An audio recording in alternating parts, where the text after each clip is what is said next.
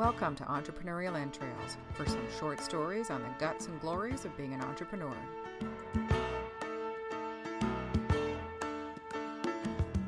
Short people got no reason.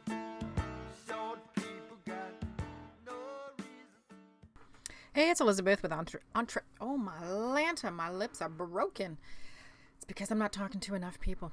And actually, it's kind of a good lead in. So it's Entrepreneurial Entrails, little short stories about the guts and glories of being an entrepreneur.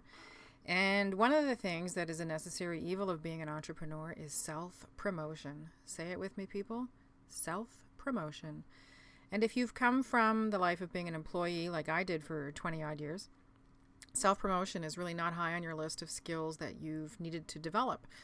And that's because you're working for an employer. It is up to you to promote the employer, not you yourself.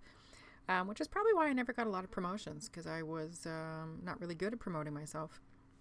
But now as an entrepreneur, kind of have no choice. If I don't promote myself, I've been writing all day, so apparently my lips have become paralyzed.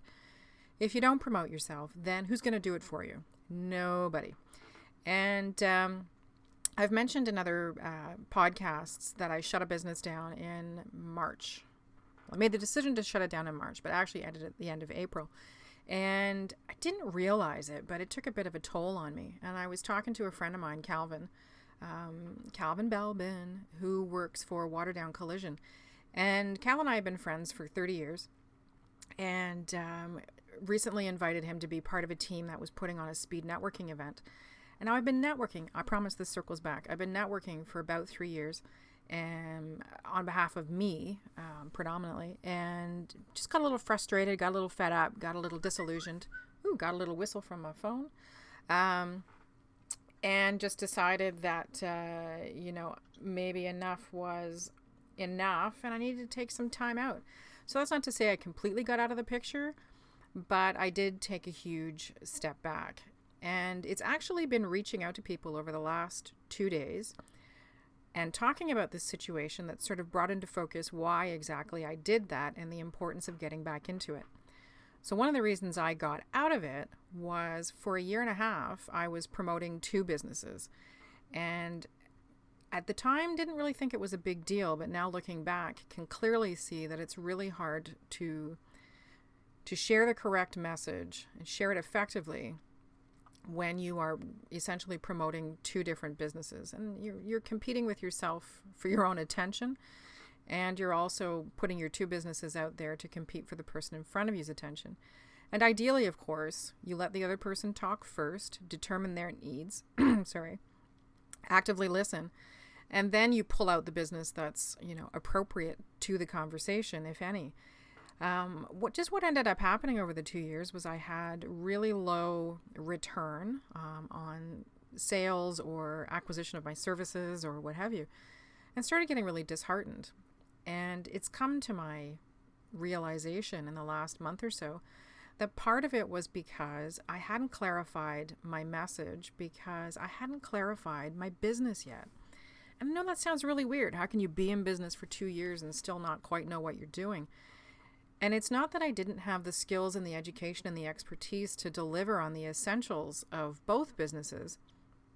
It was that I hadn't found my true passion for my communications business, and promoting it and doing the value proposition work and then putting that out as a pitch was a real challenge. 2 months ago, had a bit of an aha moment, which is part of an upcoming series that I'm putting out, and realized that my passion is teaching, being a teacher and sharing those lessons. And, I'm sure I've mentioned this before, but I don't want to hold my clients hostage to my skills. I want to be able to teach them what they need in order to successfully communicate about their business, provide absolute support, but I don't want them to be in any way ignorant of the skills that I'm using. And if they can learn them and use them and cut back on what they need from me, I know that's counterintuitive to business development, but from my perspective, having been a solopreneur for a couple of years, I know the hard-earned dollar, and I would have really appreciated it if people had not played so close to the chest and had shared more so that I could learn.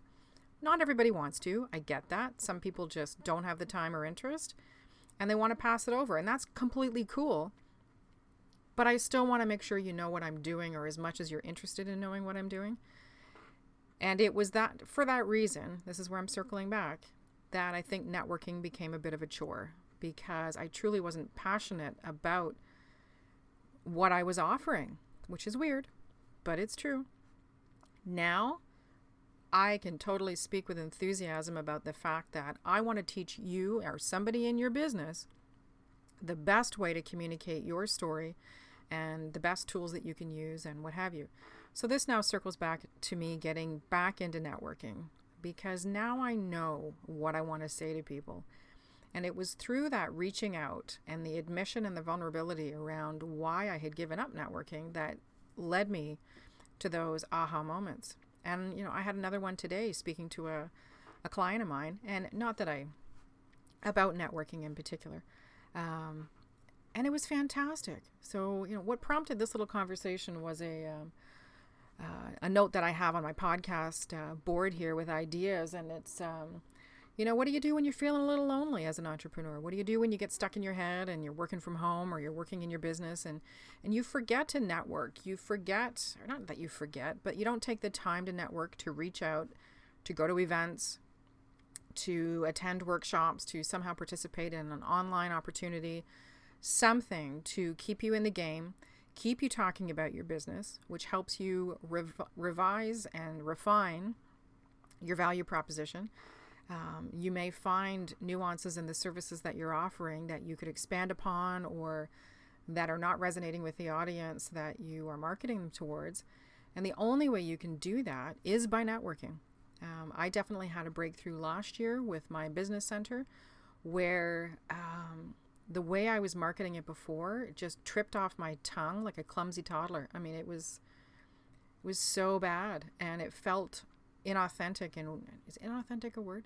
It just felt really every time I said it. And then one day, after speaking about it for 3 months or something, it was kind of ridiculous, I realized that it was a business center that I was offering, not just office space. It was a full package and what have you. And so that's why I'm getting back into my networking. I have made a commitment to Calvin to be his networking wife. A friend of mine is coming out of retirement, if you will, after going through quite a few challenges. So glad to have him back. And he's my networking husband, number 2. So apparently I'm a cheater. And then I've got another couple of friends who are networking, in addition to the healthcare networking group that I offer, and the the women in entrepreneurship group, Ballsy, that I run. So I'm kind of excited. So hopefully I won't be so lonely, although I need all my my buddies to come back from Europe and from retreats and stuff, because I'm a little sad. They're my sounding boards.